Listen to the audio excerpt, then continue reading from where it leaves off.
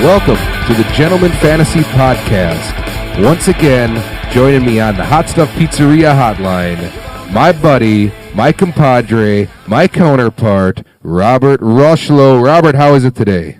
Oh, it's always a good day when you're looking at 1-0 for those Green Bay Packers, buddy. That's right. Aaron Rodgers is a golden god. How Randall Cobb got as open as he did, I have no idea.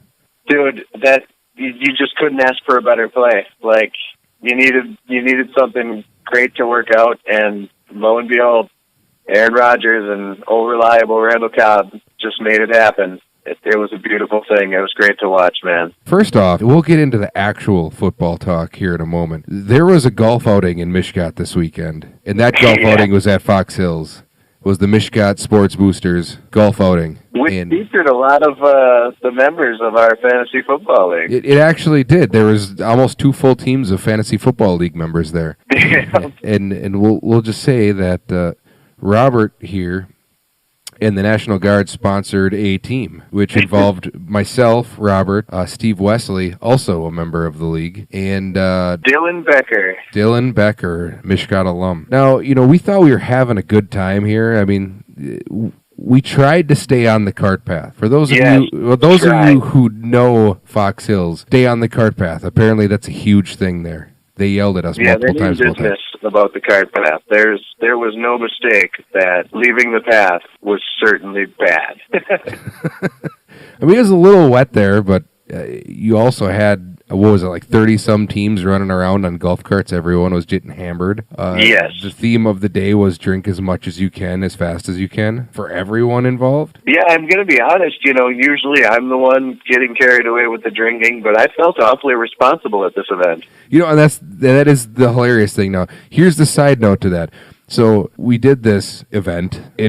Let's just be frank. We sucked. We finished dead last. Yes. I'm looking at the trophy as we speak. That's right. We have it's like a chicken, turkey, pheasant. I don't know what it is, but it's made out of a golf club, and it's a trophy of us sucking. I think we were 7 over? Yeah, it was bad. We may have been, our team and Ed's team may have been the only teams that were over par. I believe that is true. The only other team that wasn't under par was Rish's team that didn't finish the course for some reason, which made no sense. Right. So here's the tagline to the story. As you just said, you felt like we were semi-responsible during the day? Yeah. Okay. So I get to Ice Implement. I had to move a TV for them. And Lisa from Ice Implement comes up to us, who I saw at the tournament that day, and she said, so I heard some things about your team. I was like, well, what do you mean you heard some things? Well, there was a lot of talk afterwards about how you guys were just, being ridiculous out on the golf course. And I'm like, well, what do you mean ridiculous? Well, you guys, I was told that you guys were running all over the place and running over to the shot. There was a hole where they had free shots on. And you guys were running over to the shot people and doing burnouts with your golf carts and running all over the golf course. And my first thought was, well, Jesus Christ, that was my buddy Mike Desatel and his band of 3 lefties. Well, I mean, we did go over for shots. We did go over for shots, but they were literally circling round and round, right, doing shots. They were the group that was directly in front of us. And every time they would get ahead of us in a hole, they would go straight across the course through the mud holes and get these shots and do whatever and come back across and do burnouts with their golf carts and all this crazy shit. And then at the end of the tournament, people knew that one of our groups that was up ahead of them was being obnoxious. So someone asked Desatel and his group, and they were like, oh, it was the National Guard people. They were ridiculous. So now everyone at that tournament thought we were the ones who were fucking around. Well, that sucks. So congratulations. We got shit on. Awesome. Good luck sponsoring that one next year. I dropped $2,500 to sponsor an event that I got to undeservingly walk away with a bad reputation. That you got shit on for. Isn't that wonderful? Story of my life. That is Mishkat for you, everyone. Congratulations, Mishkat. Indian pride. Well, what the hell? Let's get to the recap here. Yeah. First off, let's get the elephant out of the room. Right here, right now. Let's talk about it. The biggest... You hurt Rodgers. No. The biggest headline of the week. Biggest headline of the week right now. Ryan Fitzpatrick is a first ballot Hall of Famer. 21-28, 417 yards, 4 touchdowns, a rush TD, and 50.2 fantasy points. Why he did not go for like $50 in the waiver auction, I don't know. I think he went for like $5. What's going on with this, Robert? And quarterback in fantasy football. It's amazing. Write him in as MVP of the league. Ryan Fitzpatrick. The beard will lead the way. It's magic. But that happens though. This is the most Fitzpatrick-y thing ever. He's really good when he doesn't have to be, and when he's a backup, and when he only has to play a few weeks, a year. He's not a year-long great quarterback. He has these amazing Fitzpatrick games, and then when they're like, holy shit, we need to make him the starter, he totally bombs out and sucks. He is a Harvard graduate. Well, actually, I don't know if he graduated, but he went to Harvard. I mean, that is a fact. And if you give him 5 weeks to study your offense, this is what happens. So what they should probably do is bring Jameis back, let Fitzpatrick sit for like 5 weeks, and then it just, hey, the Jets defense, just figure him out. And then he goes out there and throws for 400 again. I mean, it's ridiculous. Unfortunately, they don't get Jameis till week 3 or so. I don't think if Fitzpatrick keeps playing this way, do you think Jameis is ever coming back for them? If this isn't a fluke and this is a real thing, not a chance. I don't think. I mean, if Jameis is eligible and Fitzpatrick is undefeated, fucking throws like, let's say by the time Jameis is back, Fitzpatrick is at like 7-8 touchdowns, no interceptions, and winning games. I don't see how you could, as an intelligent coach of any kind, take him out.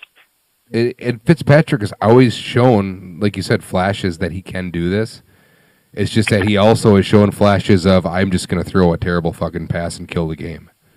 Well, he has no fear, It's Fitzmagic. He's going to throw that beautiful rainbow of a pass, and if Deshaun Jackson or Mike Evans comes down with it, great. If somebody else does, great. I'm Ryan Fitzpatrick. I don't care. Yeah, My beard is sweet. He's like the 7th best quarterback in Jets history. So I mean, he's got that going for him. I have heard that.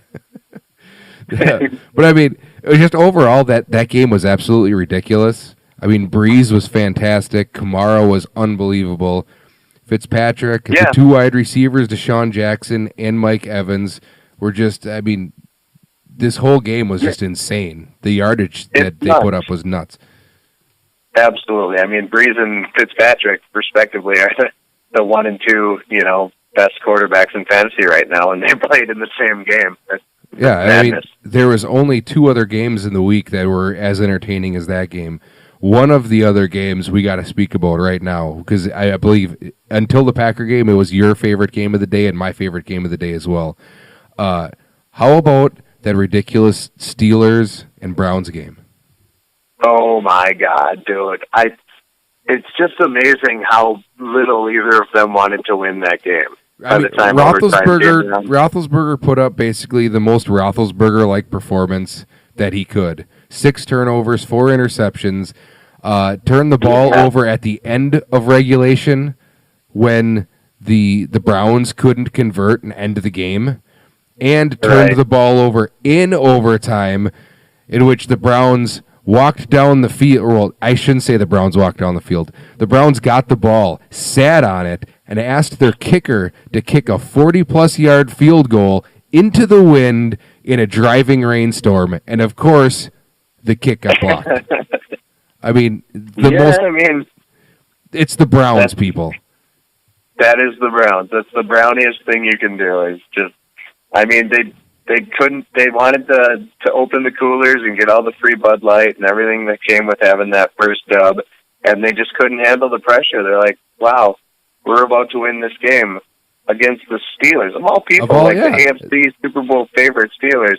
Like, we can't do this shit. Let's just give it back. And then the Steelers were like, we can't take this win from the Browns. They deserve this. Let's give it back. And it was like one of those things where you can't figure out who's going to go at a stop sign, and you're waving them, and they're waving you, and you're just trying to be nice, and neither of them wants to go. And then you go at the same time, and then the third guy pulls up, and he just goes, and you're all like, well, what the fuck? Right, and that's and then they tied, so what can you do? amazing game, though. It was crazy to watch. It was definitely probably my most enjoyable game of the day games on the Sunday. Just finding out what the hell is going on here. This makes absolutely no sense as to what's even happening here in this game. And I had nobody in that game, so for me, it was just one of those where you can just sit back and enjoy the football. I mean, I was living vicariously through James Conner in that game, which, by the way, let's mention it right now. The Keppel electrifying pickup of the week. Ed picked up James Conner. 31 carries, 135 yards, 2 touchdowns, 5 for 51. He did throw in a fumble, but 29.2 points in relief of Le'Veon Bell. What do you think about James Conner going forward? I mean, I think he almost had a point for every dollar Ed spent on him on waivers. So I guess I believe that was a $23 payout on that one. Yeah, so I mean, I can't argue with the results. Most productive. He had more touches than anyone else in fantasy last week, and I don't know if Le'Veon Bell's coming back before week 10. So this might have been one of those things where he jumped on the right guy, and I mean, Christ, even if it's only for 10 weeks, granted, this isn't going to help him in the playoffs at all if Bell comes back, but man, it'll sure help him get there. Yeah. I mean, by the looks of it, Bell's alienated his teammates, and it looks like he's not going to come back until week 10 when he has to mandatory come back to accrue another year towards his free agency. And even at that point, do you think his teammates are going to want him back if they're talking the way they are about him already? I don't know. I don't know. I mean, I'm sure it's going to get pretty nasty, but at the end of the day, week 10 rolls around and you're the Steelers. Do you really sacrifice what could be a winning season to not put Bell out there? I mean, I get it. The Steelers are a great team, and Connor's been doing a wonderful job with his touches, but no one is Le'Veon Bell. The things he can do are unbelievable and irreplaceable to me. I mean, he's just an offensive weapon. He's not a running back. He's not a wide receiver. He's not a tight end. He's in everything. He's just a weapon. He needs to play. Yeah, he can do anything you need him to do. And he has vision unlike any other running back I've ever seen. And speaking of unlike people we've ever seen, now let's talk about this. I came up with a theory, and I need you to confirm or deny or tell me whether you think this is a plausible theory. All right? Okay. The Packers coaching staff, Mike McCarthy, and Dr. Patrick McKenzie, the doctor for the team, this football team right now, this is Bud Kilmer's West Caynon Coyotes. I mean, this is varsity blues, people.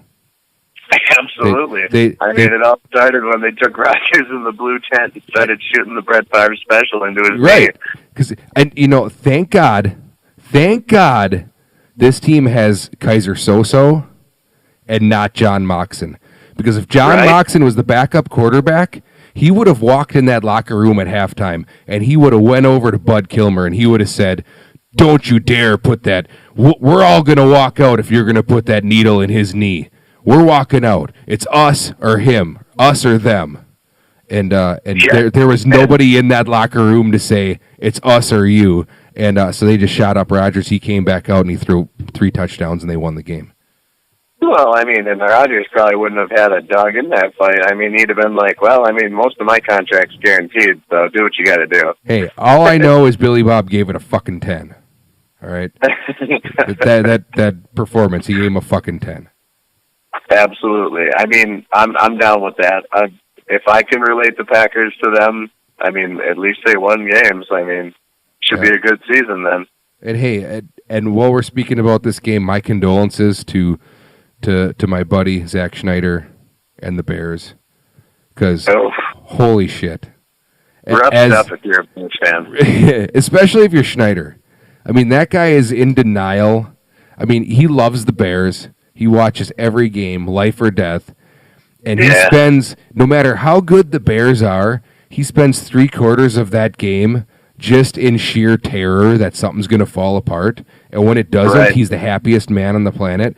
But when it does, he just puts his head in his hands and is just like, oh, I can't believe the fucking Bears did it again. And the testament to that, I mean, he was quiet, didn't say anything, and then when it really started to get out of hand, when Khalil Mack went for the cycle, basically, against the quarterbacks, I believe he said in the league feed, he literally just typed Bears.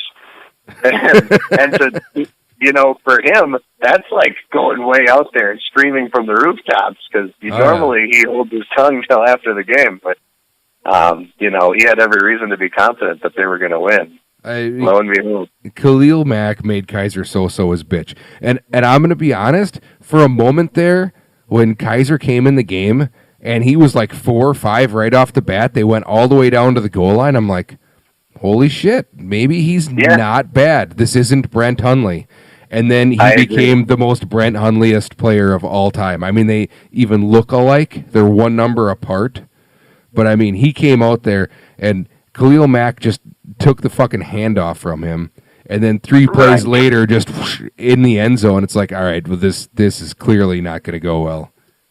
Yes, it started out promising, and like all things not Rodgers, it went down in flames. So, but thank God he came back with his medically enhanced knee, and we pulled her out with one of the best games I've ever seen in my life. Yeah. On a quick side note here, I've got a short story for you, and I know none of my stories are ever short, but when I promised them under an hour on this podcast. It'll be under an hour. Don't worry. We're 3/4 of the way through already. So people, don't be afraid. Boy. We're 3/4 of the way through. But Okay. at least I'm going to tell you that we're at the 18-minute mark, but we're 3/4 of the way through. When I was in high school, I blew out my knee, and my father took me to the Packers doctor, Dr. McKenzie, the guy who was looking at Rodgers' knee in the locker room on Sunday night.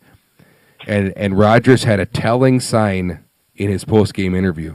Okay, when I went in to see Dr. McKenzie, he looked at my MRI and he goes, all right, well, your knee's blown. You tore your ACL. And he goes, you don't need to wear a knee brace or anything until we have surgery.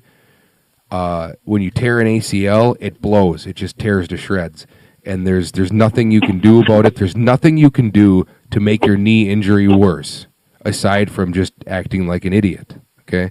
So that's what he told me. He said, there's nothing you can do to make that knee injury worse. Now, after the game, when Rodgers was being interviewed by whoever the sideline reporter is, she asked him about what happened in the locker room, and Rodgers said, well, we did some tests, we sat down with the doctors and the coaching staff, we discussed it, and Dr. McKenzie told me there was nothing I could do in the second half of this game that would make my knee injury any worse, so I went back out. Which to me is saying that is a telling sign from Dr. McKenzie, because he told me that same exact line. I remember it specifically. And you came out of the game? And I can't. No, I wasn't in a game. Hey, I got hurt during practice. I was like Deshaun Watson, blew out the knee in practice. It was over. You never even saw it happen. That's fair. But anyway, so that to me, in my mind, that's telling me that Rodgers' knee is actually really fucked up. And I believe it. And they say he's questionable for the game this week. I really hope he plays, because last year, we're going to the game this week, you and I. And last year, we went to the most depressing Packer game I have ever seen live in my life, which was the first game that Brent Hundley had to start after Rodgers got hurt last year. And they were down by 1 score the whole game to a shitty team. And actually, no, it was the Saints. They were down 1 score to the Saints all game. And in the fourth quarter, down 1 score with 3 minutes left, they were literally running fucking dive plays because McCarthy was afraid to have Hundley throw the ball. Okay, so was I. So if Kaiser's got to play, unfortunately, I have this funny feeling that you're basically going to see the same game plan again. And against Minnesota, that is not going to work. Probably not. But two things. One, are you going to be mad that I'm bringing a Minnesota fan with me to the game? Jeez, are you fucking kidding me? No. Who is this Minnesota fan? He's my recruiting partner. Jesus Christ.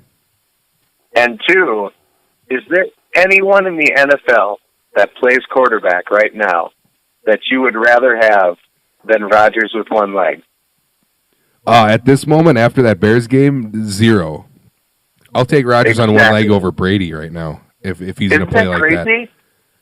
Man, to me that's just wild. Like one-legged Rodgers, and I still think he's the best quarterback in football. That just shows the difference. To me, it's just I can't think of anyone I'd rather have. It's stupid. It really shouldn't be that way. And I love that he plays for the Packers. On a side note, I am bringing a Steelers fan to the game on Sunday. Oh, well, that's just way out in left field. Yeah, it's your token Steeler fan. I'm bringing Andrew with me to the game. Fair enough. So there we go. At least Andrew will cheer for the Packers in that game, though. All right, let's get into some fantasy stuff here. Hey, I've been fantasizing all day. How long are you going to wait to talk about Hill? Which Hill? Jeremy Hill? He's hurt. Yeah, you're right. That's the first thing we should talk about. Is Jeremy Hill is hurt. How does this affect the running back situation going forward for the Patriots? In New England? I don't know. Shit, who cares? It's the fucking Patriots. Their running backs are always... Moving on from that, how about Tyreek Hill then?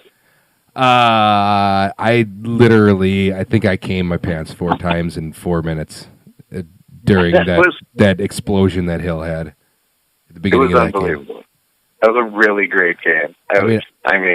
I was watching Red Zone at the time. Yeah, Hill was incredible. He did just about as much as a receiver could do in one game. Obviously not something you can count on every week, but sure helped you with a rough matchup that you had this week. And, I think he single-handedly pretty much won it for you there. Oh, yeah. It was like a 39-point performance. And I believe Cousin Sal brought up this stat on the BS podcast that I believe he's played like 30-some games, and he has 16 50-plus yard scores. Granted, some of them are kick returns, but 15 scores of 50-plus yards in 30 games. It's every other game he has a score of 50-plus yards, which is just insane. That one score and 50 yards is enough to give a person 10 fantasy points, which is a good week at any position at just one play. Absolutely, and if he does half of what he did in week 1 on a consistent basis, you got him at a steal. So good job by you there, at least for now. And a side note to that, Patrick Mahomes looks like he's going to be a really good quarterback. He has this. I'm not ready for that one yet. You don't think so? The way he chucks the ball, I think he's got the potential to be a good quarterback. I don't think he's got the. I don't think he has the Rodgers, Brady, crazy, I'm just going to throw it to a spot where my guys are going to be thing yet. No, he has the Deshaun Watson, I'm going to throw it up for my talented fast receivers to get to the ball kind of thing. But he can chuck the ball. When Rodgers made that bomb to Allison off of his back foot just across the field, Mahomes has the gun to do that. Right. Which I think I'll grant you that. He's got few a hell quarterbacks of a that can do that. Yeah. I feel like some of his rookiness will be exposed eventually, which is why I'm not too scared about my Rivers versus Mahomes bet. Speaking of Rivers, Rivers had a phenomenal game. Yeah, it could have been so much better. God, the drops were incredible. But whatever. He's the 4th best quarterback right now, just behind Mahomes. So, but outside of Keenan Allen, do you really trust any of the other receivers in that team? They have no tight ends. Hunter Henry's hurt. They brought back Antonio Gates, but Gates is solid in the red zone. Williams will figure it out. Melvin. You talking about Mike Williams or Tyrell Williams? Stu Williams Half is on of that Melvin team. Gordon's touches are passing. Yeah, but they also found a way to work in Austin Eckler, Right. as a supplementary. He's more of a pass catching running back, but to have two running backs that you can use as catching passes also adds to a dynamic of a team that has wide receivers that are talented but don't always put it together. Right. I guess to me, so I bet Rivers versus Mahomes, right? Mm-hmm. Mahomes had probably what's going to be his greatest game this season. And Rivers had a game where a lot could have went better. And he only scored 3 less points than Mahomes did. That's why I feel good about that bet. Well, okay, I'll give you that. I think Mahomes has more weapons, personally. Oh, absolutely. I'll grant you that, but he's also a rookie quarterback. True. And apparently, I don't know what happened with Mahomes and Kelsey, but they were not on the same page, which I feel is odd. No, and that's got to scare whoever owns Kelsey. I don't know off the top of my head. That's a good point. I don't know either. But whoever, I can't think of who it is, but I mean, we'll figure it out in the when we talk matchups here. But good point. Yeah, we'll figure that out. Let's save that for when that comes up. But the Kelsey thing is kind of questionable because you normally think a rookie quarterback like that, the tight end is like the safety blanket, and you have one of the top 2 or 3 best tight ends in the league, and Kelsey had like 1 catch for 10 yards. Right. Unless you're so confident that your safety blanket is literally, well, I don't know what else to do, so I'll just chuck it way the fuck downfield and let Tyreek figure it out. But, hey, speaking of tight ends, let's get into the news. And the big thing here is injury news. We already talked about Rodgers' injury. It looked like he might play this week.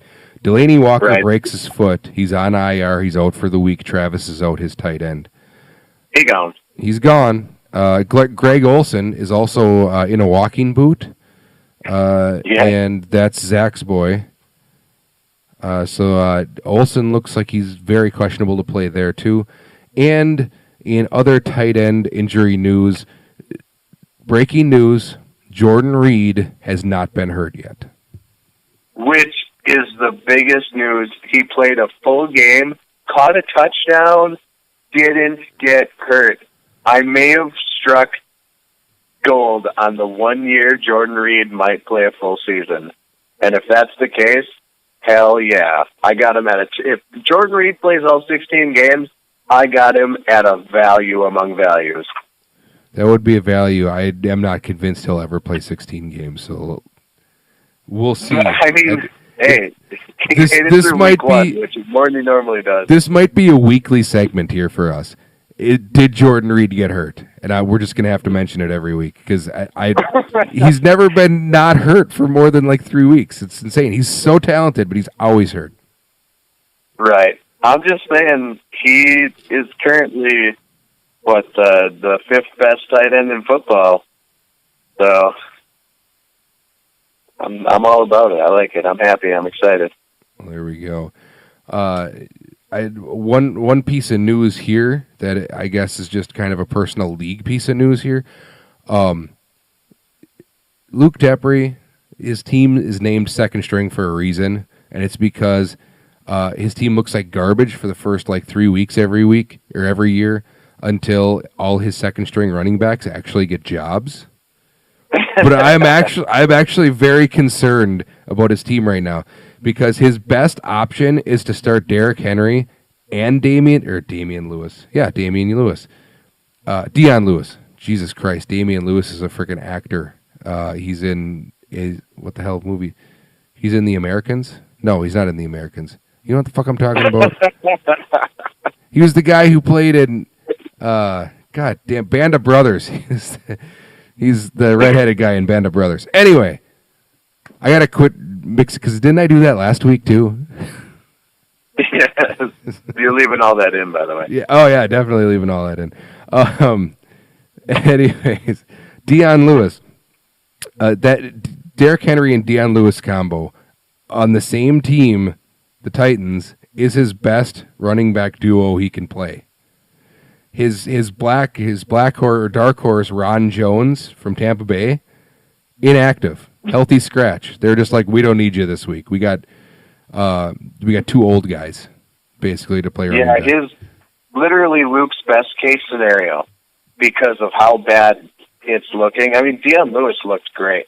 Like, that's awesome. He nailed it on that pick. But picking he's also up starting Henry his and Lewis counterpart, was a though. huge mistake. Yeah, and and $11 in Alfred Morris. Right. I mean, the biggest problem with this is, let's say Deion Lewis continues to succeed and pretty much like becomes the dominant running back. That's great, but Derrick Henry is going to get a quarter of those carries every game. So you either have to start them both, or eat the fact that you drafted Henry high and only got one guy out of the deal. I mean, if he's really lucky, Sony Michel will just come out of nowhere and he'll just miraculously have a starter on his hands there. Yeah, I mean, I guess he's got Buck Allen as well, but I mean, none of these guys are anyone that you'd be really excited about. He's got a fantastic wide receiving group. Right, the Jones Beckham thing was awesome, and he got hurt. I mean, he came out swinging with some killer picks, but then it just really, that's the price you pay, though. When you take receivers 1-2 like that, you really have to knuckle down and focus on your important positions. And I'm not casting any stones here because I probably have the next worst set of running backs in the league. Absolutely. But at least my guys aren't on the same team and stealing carries from each other. I don't know. But he really has like no other options. He's forced to start those two guys. Yeah, you got to spread your lottery tickets out. You can't double down on one team because this is like the worst case scenario for that situation. Right. Let's talk about. I mean, I guess we should just get into matchups here because the other stuff we wanted to talk about for news are kind of all about teams, and we might as well just talk about guys' teams during their matchups. Agreed. So let's do it. Here's the matchup roundup, and you know what? Brought to you by Round 'em Up. Roundup Bar and Grill, owned by the Rumlow family since 2014. Yes. All right. I am going to pause it right now. Every week, we will be making picks every week we'll be making picks for every game. Last week, we made our picks, and here are the results. You ready for this drum roll? Hey, you're a drummer. You should be able to do a drum roll, right? I don't know what that was, but it'll work. My record after 1 week is 2-3. Of course, we throw out our own games. We just pick the other team's games. So I went 2-3, and the shocker of the week, Robert went 0-5. I literally picked every matchup. Matchup wrong. So between the two of us, we are 2-8, which for those of you listening at home, like when you're listening to this podcast and you hear me talking about fantasy football and you're like, wow, Robert really did his homework. That was some good analysis. He brought up some great points. Just remember this moment when you realize that I have no fucking idea what I'm doing. Not a clue. None of us have any idea what the hell's going on. So hopefully we can keep up the streak and just keep sucking, because I thought that was hilarious when we totaled it up, and I'm like, holy shit, we went 2-8 on the week. And that speaks to how unpredictable week one can really be. I mean, let's just like shooting from the hip, like your matchup. If Tyreek Hill only had 18 points, which would have been a killer day, either way, you'd have lost. Right, yeah. And 18 points is a good day. Almost 40 points and carried the fact that you had nothing from anyone else but Aaron Rodgers. Oh, yeah. I had Rodgers, Montgomery, and Cohen going. And when Rodgers went out of that game, I was like, well, my fucking fantasy week's over. Because I got three guys. Every reason to lose. Yeah. And, what are the chances that Rodgers would come back, throw a bunch of touchdowns, and lead me to basically a 30-point game? The same chances of me going 0-5 picking matchups. Which apparently in this day and age is good. I guess so. All right, let's get to it. The first matchup this week, we got Justin Parsons versus Ed Shimmick. I didn't make the draft versus Dropping Browns, which, by the way, that is my new favorite name that Ed is using right now, Dropping Browns. That's fantastic. That's better than I have Chubb, let me tell you. I kind of like that one, too. I liked that one, too. All right, here's what I got. I honestly think I was not sold on Ed's team to start off the season.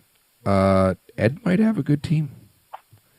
I completely agree. I literally am on the bandwagon. I think Ed could actually be a dark horse this year to do some real damage. I have my doubts about some of his players, but as long as he figures out who's going to replace James Conner when he's gone, he's looking good. Yeah, I mean, Ted drafted him 2 Indianapolis running backs, Des Bryant, who's a free agent, Nick Chubb, who he's already dropped, and just lots of questionable stuff.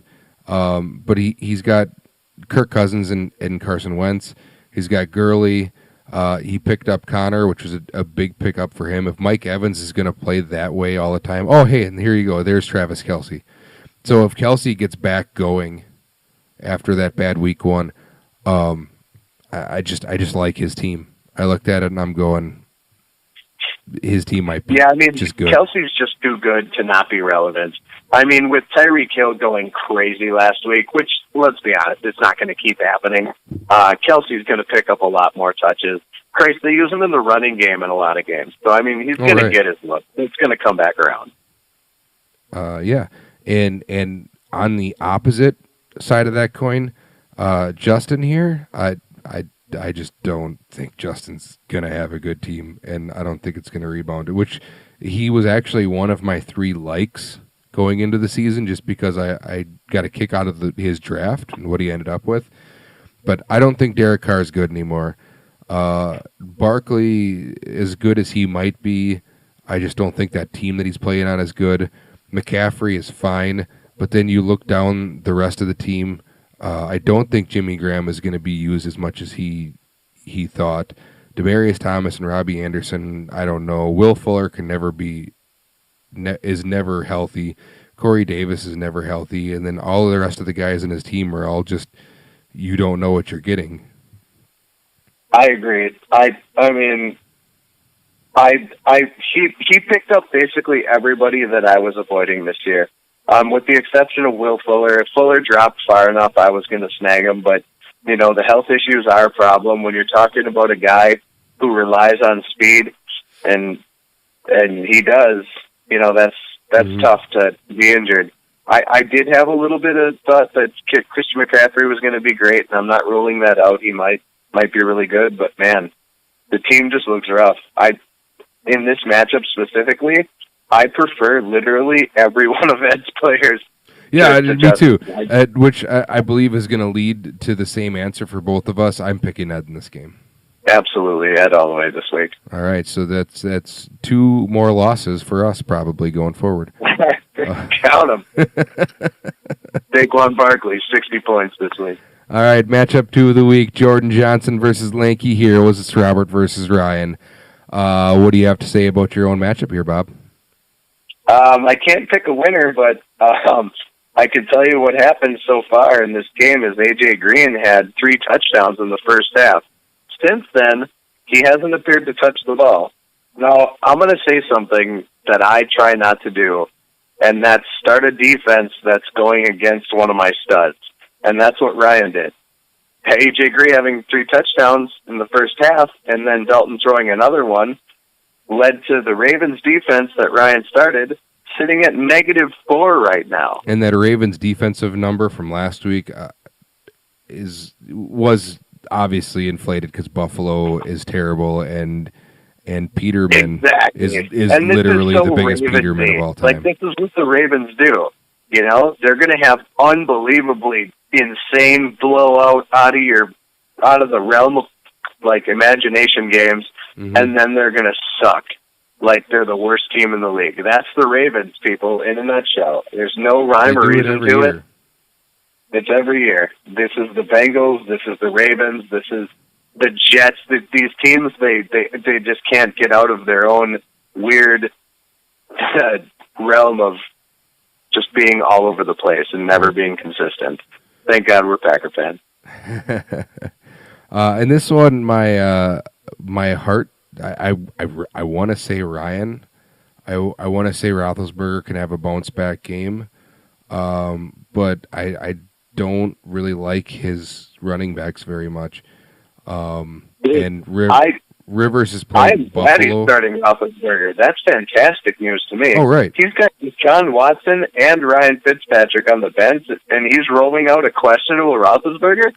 Thank you, Ryan. I know you're not going to listen to this podcast, so I'll go ahead and brag about it now. You picked the worst of the three quarterbacks. I'm calling it. He does have 3 days to change his mind, and he did pick up Fitzpatrick today. He will not listen to this podcast, so he's not going to take my advice He anyway. did tell me that what do I know? He did tell me that he listened to the first 2 minutes of the podcast and was like, oh, this is kind of neat. How long is it? Holy shit, an hour and 15 minutes, I'm done. That's what he told me. It's like, I'm not listening to an hour and 15 minutes to these two fuckheads. I'm calling it right now. Ben Roethlisberger has less points than Watson and Fitzpatrick, and I'm going to giggle about it later on. Well, in your favor here, Rivers is playing Buffalo, and Buffalo is just absolutely terrible. Speaking of 3 touchdowns in the first half. Yeah. But regardless of what AJ Green has done so far, I picked you to win this game, and I'm going to stick with it. Fantastic. Your faith will be rewarded. Healthy Jordan Reed, baby. Yeah, and we are now 0-3 this week. Let's keep it rolling. Matchup number 3, Kamara Chameleon versus Marquise Lee, 2018 MVP. We got Zach versus Jason. What is your take? Well, the first time we did the podcast, we talked about how the Breeze-Kamara combo could be risky because of last year. Yeah, apparently we were wrong about that. Figured that out. we were wrong about was that. answered. Yeah. Hilton. It was, and here's another sneaky thing about this, though. The Browns actually have a really good defense, a good pass defense, and they can get after the quarterback, too. Even though the Browns are an absolute tire fire on offense, the Browns do have a good defense, and it wasn't just Ben and the weather that promoted that. I actually think they have a good defense. So I'd like to see what Breeze and Kamara do against what is, to me, actually a pretty good defense. Absolutely. And obviously I'm not expecting them to go back to the madness that they unleashed in week 1, where Kamara is the best running back in football and Breeze was the second best quarterback in football. But if they're somewhere within 75% of that, probably a good game. Adrian Peterson showed that he's going to be relevant. T.Y. Hilton showed that he's not bad. Nelson Aguilar, as long as Alshon Jeffrey's out, which he is, appears to be a target machine. It looks like he still hasn't replaced Greg Olsen. He did not pick up anyone this week for Olsen, so we'll see what he does on Sunday with Sunday. He probably had a bid in on Kittle or something, and you outbid him. So I'm sure I did outbid him. That is right. He's not the guy that you expect to not figure something out for his starters. So count on him having somebody in there. Lamar Miller is almost exactly what I said he was going to be. He'll get a lot of touches. He was productive. He had some nice 12, 13-yard runs. And, having Deshaun Watson in there makes Lamar Miller relevant because you got to worry about the passing game with Hopkins and. Yeah, but Deshaun Watson was not good the first week, and that offensive line is terrible. True, but Lamar Miller still figured it out, and he was still productive-ish. It wasn't great, but 10 points where you're getting them in the draft wasn't terrible for a flex play. Yeah, and speaking of terrible offensive lines, probably the worst offensive line in the league. The Seahawks and Russell Wilson is going up against Khalil Mack and the Chicago Bears defense. This one's going to be great to watch. Russell no Wilson matter is going to what- get his ass handed to him all day long, and that is Jason's cross to bear this Dude, week. this is the bloodbath I just love to see, because if there's two teams I don't like very much, it's the Bears and the Seahawks. And just watching them unload on each other is going to be just a thing of beauty to me.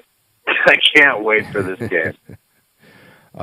He's also got Kareem Hunt and Carlos Hyde, Keenan Allen, Chris Hogan, Kyle Rudolph.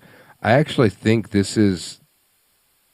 I need to see more from some of Jason's guys to pick him yet, but I think on paper this looks like a pretty even matchup. I am going Zach winner here. What do you say? The loss of Greg Olson was kind of a big hit, and I do think Hogan is going to be a little more productive this week. But looking at the matchups strictly, and, it's tough that Los currently doesn't have Devontae Freeman starting. I still really like Los's team. I'm taking them in a close one as well. All right, so we got 2 for Los. We're basically on the same page for everything here. All right, next matchup. Now, we're going bowling, Bob.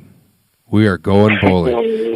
Most people think that bowl season happens around Christmas. I am telling you right now, bowl season starts this weekend. It's the Fish Bowl, me versus Steve. Winner gets a free fish dinner at, here's another sponsor opportunity, Good Times Bar and Restaurant over on Highway B. They got the best fish in town. Steve and I will be going there. The winner gets a free fish dinner. By the way, when am I going to get invited to this dinner? You guys do this every year, and I never get to come. I'll buy my own fish, but man, not even to throw out the invite? That's cool. We've been doing this for 7 or 8 years now, and it's probably a pretty even matchup. I'd have to go back and look. Steve thinks he beats me every time, which is a bold-faced lie, because it's actually pretty even. But yeah, if you want an invite, it's usually a last-minute deal. Usually one of us is like, hey, it's Friday, you want to go out for fish, you owe me a dinner, and then it happens. But if you want to be invited, we'll try to make it happen, okay? All I'm saying is I bought you guys a chicken dinner last weekend. The least you can do is invite me to the fish dinner. Fair enough. So what do you have to say about this one? All right. There's a lot going on here. And, I mean, just looking at the matchup, this is one of the teams that I really liked, and Steve's team took a huge dump last week, which maybe I cursed him. Maybe it was just a product of some bad matchups. But currently he has 8 points out of Joe Mixon, 9 points out of Alex Collins in his flex. Not a terrible start for his 2 running backs there. But I really struggled with this one. I had to think about it for quite a while, because Tyreek Hill, you had to assume there's going to be a little bit of regression. I mean, he's not going to put up 39 points a week. Everyone else on your team didn't look great last week. You're still rolling out Cohen. You put Eckler in there. That might change. I do have a soft spot in my heart for Juju Smith-Schuster. I like that you kept him in the flex. Kittle is actually a nice pickup. I threw, I believe, $11 out there just in case nobody was willing to commit. And I don't even need a tight end. I think he's going to be great. I needed a tight end badly, and there couldn't have been a more obvious pickup for me if you needed a tight end this week than Kittle. He looked like the number 1 target for the 49ers. Absolutely. And money well spent. That being said, very you're athletic. down to $60 in your free agent budget there, bud. Not important, because even though it looks like I have no running backs, I will get a running back by trading one of these wide receivers. So, that's not even telling a secret. Everybody knows how I play this game.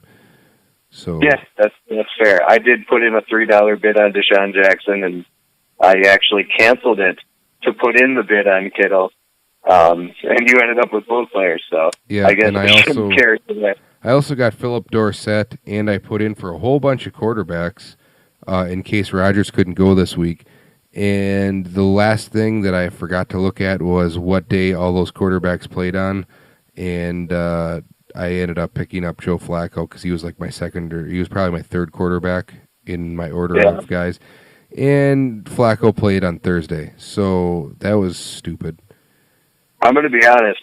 Flacco looked bad today. He's got 16.8 points right now, but this was a bad game.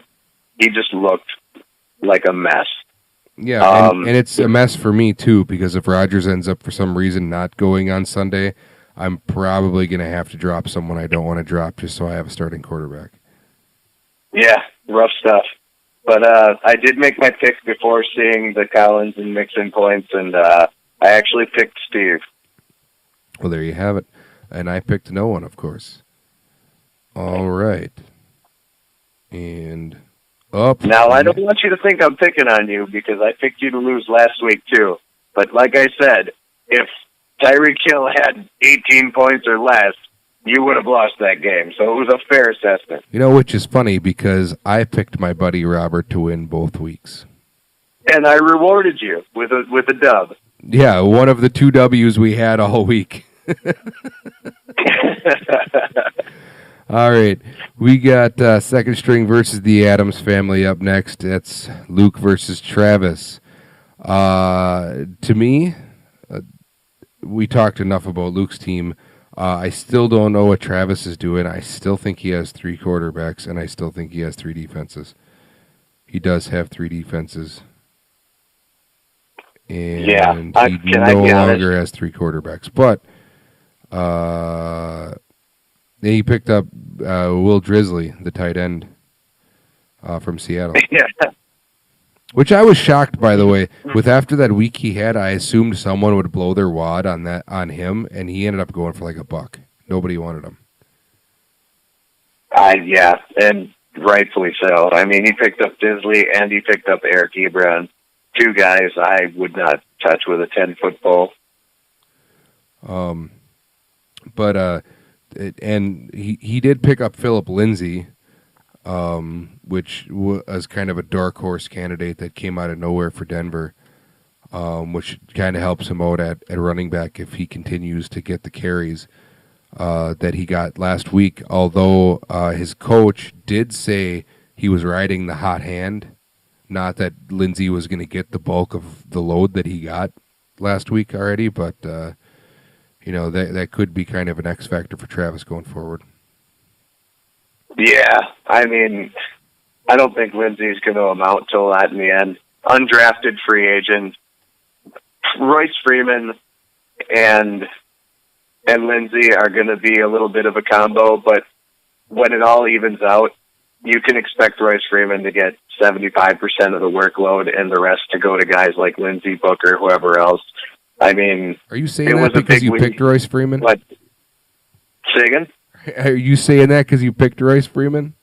No, I'm saying that because I spend my life listening to fantasy football analysts and fucking ESPN/NFL Network coverage because I. Technically we're fantasy football analysts, and we went 2-8 on the season so far. True.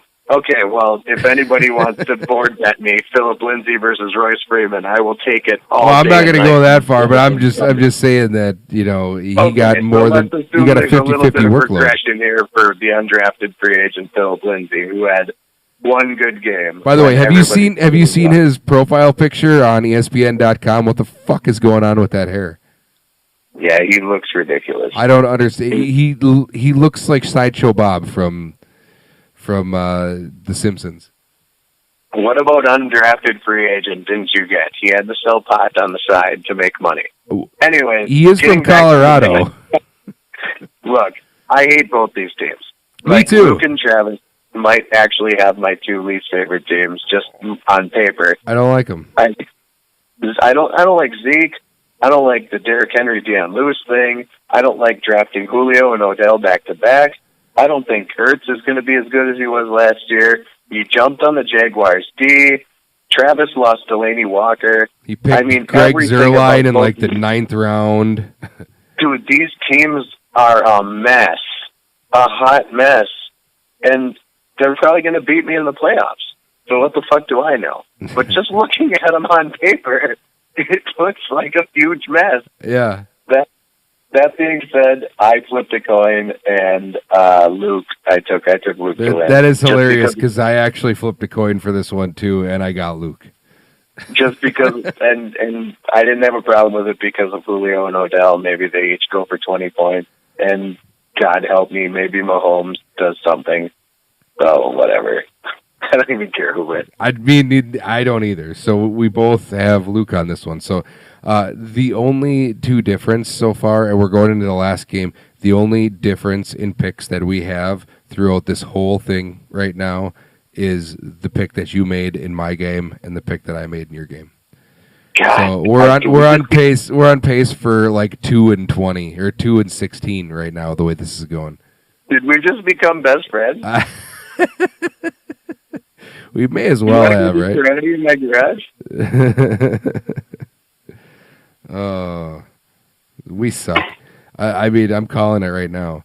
Our final matchup, Donkey Punctures versus Three Cooks and a McCoy. Andrew versus Kral.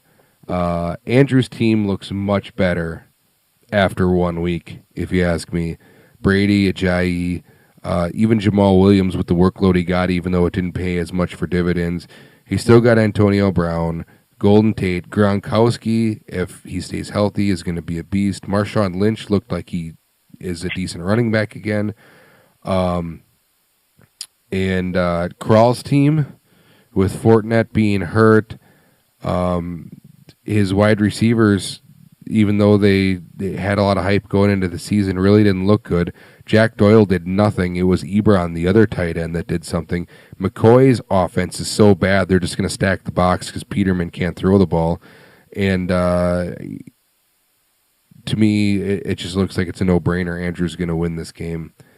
And I loved Kral's team at the beginning of the season. And last week, I think I said I loved it. I don't like his team anymore. I literally could not agree more. Everything I have written down, you literally said. I loved Kral's team coming out of the draft. I thought the Fournette Cook thing looked amazing. I thought Jarvis Landry was going to get a lot of love. I thought that McVay was going to figure out a creative ways to use Brandon Cooks, which in his defense he has. But with Doug Baldwin just looking like he's never going to take the field, and just McCoy, I'd like that first week said everything about what LaShawn McCoy is going to look like, and that sucks. And he might still have a suspension looming. It looks like that might not happen. But, I mean, even 16 weeks of McCoy like this, I mean, thank God that's only Kral's flex play now. But you might have to put him to a hard slot. And remember last week we were just talking that Fournette, Cook, and McCoy was the strongest backfield in the league, and now Fournette's hurt, and McCoy looks like his team's so bad that he's not even going to be a factor. Yeah, I mean, this looks rough. Kral's going to have to do the miraculous things that he does to put together a winning squad, and apparently that started with picking up Andy Dalton because he's got 34.6 points on his bench right now. He really should have just rolled him out right out the gate. You can't ever trust a redheaded quarterback. Yeah, I mean, I also picked Andrew. I feel like this one's not even going to be close. I wouldn't be shocked if Andrew won by more than 20 points. Andrew's got Justin Tucker in right now with 7 points. Probably about to have a little more with Ravens trying to play catch up, but yeah, it looks like we've agreed on every matchup. Yeah, week. Wonderful. So, and for those of you listening who aren't with us, I promise you, we do not sit down and pick these games together. We do them on our own, and then just decide that we all have the same feelings about all these teams. So it makes it really hard to debate things when we feel the same way about everything. I mean, honestly, we do this for their entertainment. So regardless of how well we are at picking things, maybe they could post stuff on the message board with their picks, kind of play along, stuff like that. Yeah. It's all good, This is for all you guys. So there you have it. That's basically our podcast for this week.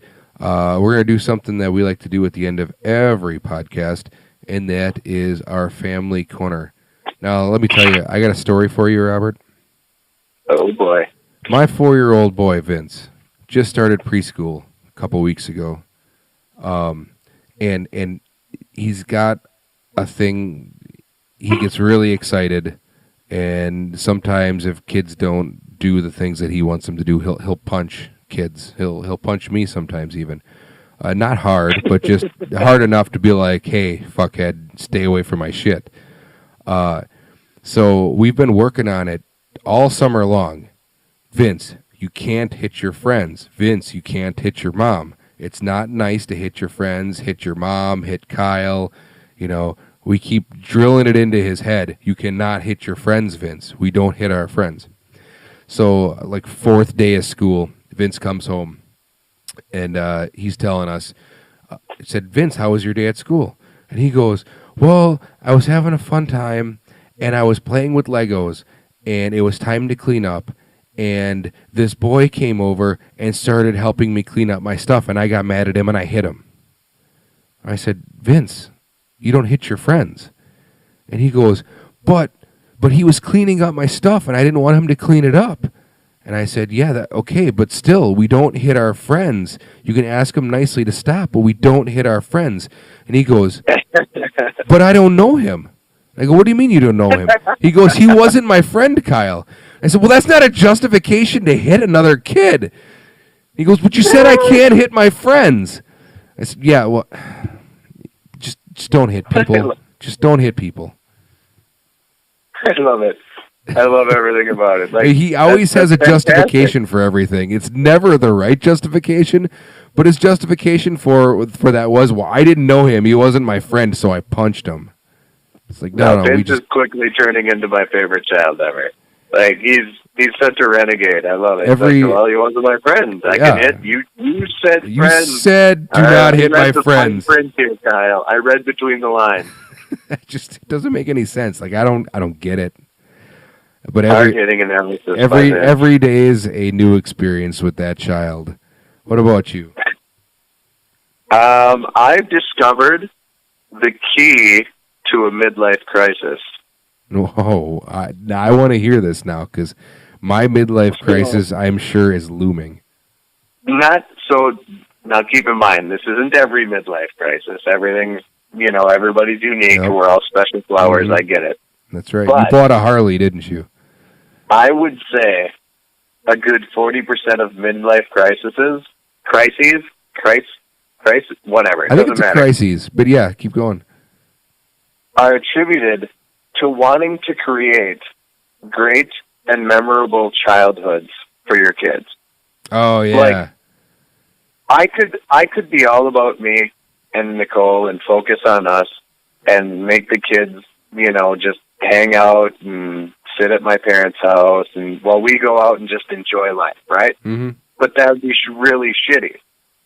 What you want to do is take them to the water park, take them to the Dells, get them out, get them on bike rides, get them all over the place, and it keeps going. And then they get older, and you want to sign them up for soccer and football and baseball and cheer squad and dance team and gymnastics. And all of a sudden, you are spread so thin that you forgot that you and your wife are even you literally in have love. A life. Yeah, it just becomes this insane schedule of trying to work and then create this beautiful childhood for your kids. Oh, yeah. And then at the end of the day, you have nothing left for each other. And I feel like that attributes to a lot of these midlife crises. Oh, yeah, because you got to have something for yourself. I just spent 5 years driving. You loved about each other. Yeah. Well, I just spent 5 years driving a minivan and taking my kids to freaking soccer games, and goddamn it, I need to have a Harley now.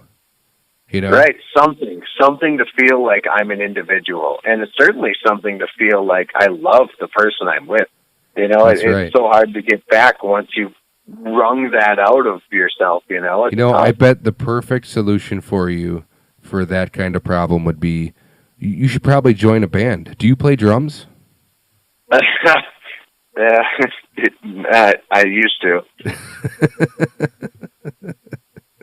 Well, think about that, will you?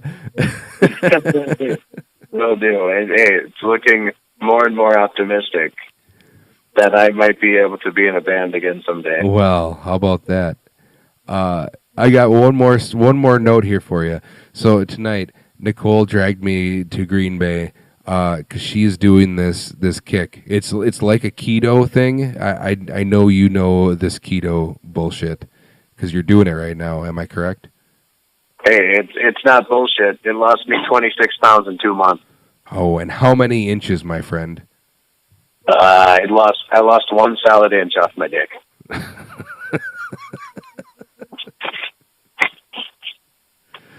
Well, anyway, so there's a similar there's a similar thing to that. It's like this. It's called Whole30.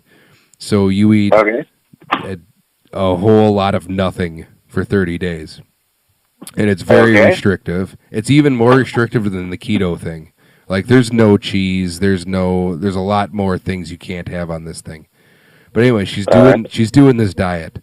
So she drags me along to this store, this whatever special store, and I'm kind of not having this Whole30 thing right now because her way of making sure that she doesn't break this Whole30, this 30-day thing that she's doing, is there's no actual food in our house, and we can't go out to eat because she can't eat anything at a restaurant. So me by proxy, aside from the lunch I eat while I'm at work, am stuck eating whatever she eats. So we had to go to this like Whole Foods store in Green Bay, but it wasn't a Whole Foods, but it was very similar to that.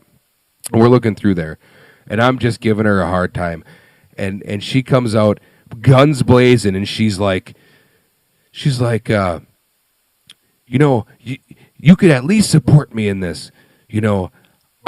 You got to have a little bit of willpower. I need more willpower out of you.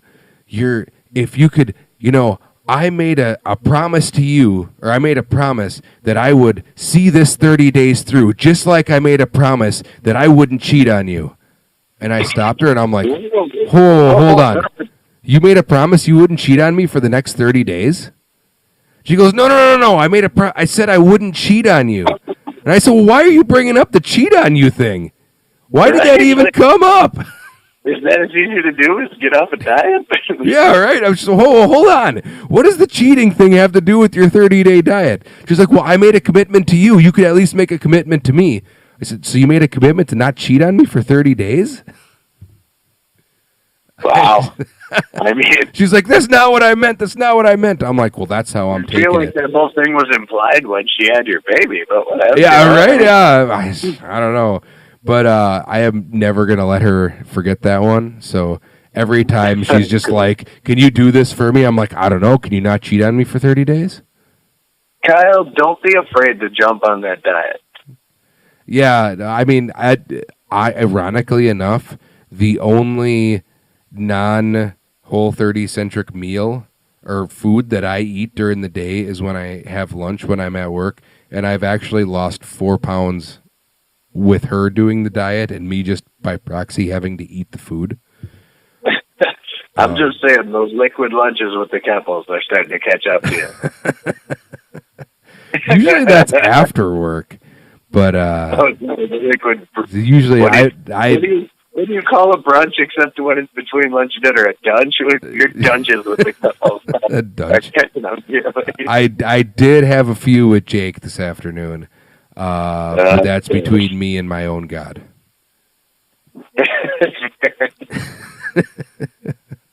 Well, anyway, let's end this thing. This has been the Gentleman Fantasy Podcast. I am Kyle, and that is Robert, signing off. Have a wonderful week 2, and we'll see you again next Thursday. Peace. Go Packers.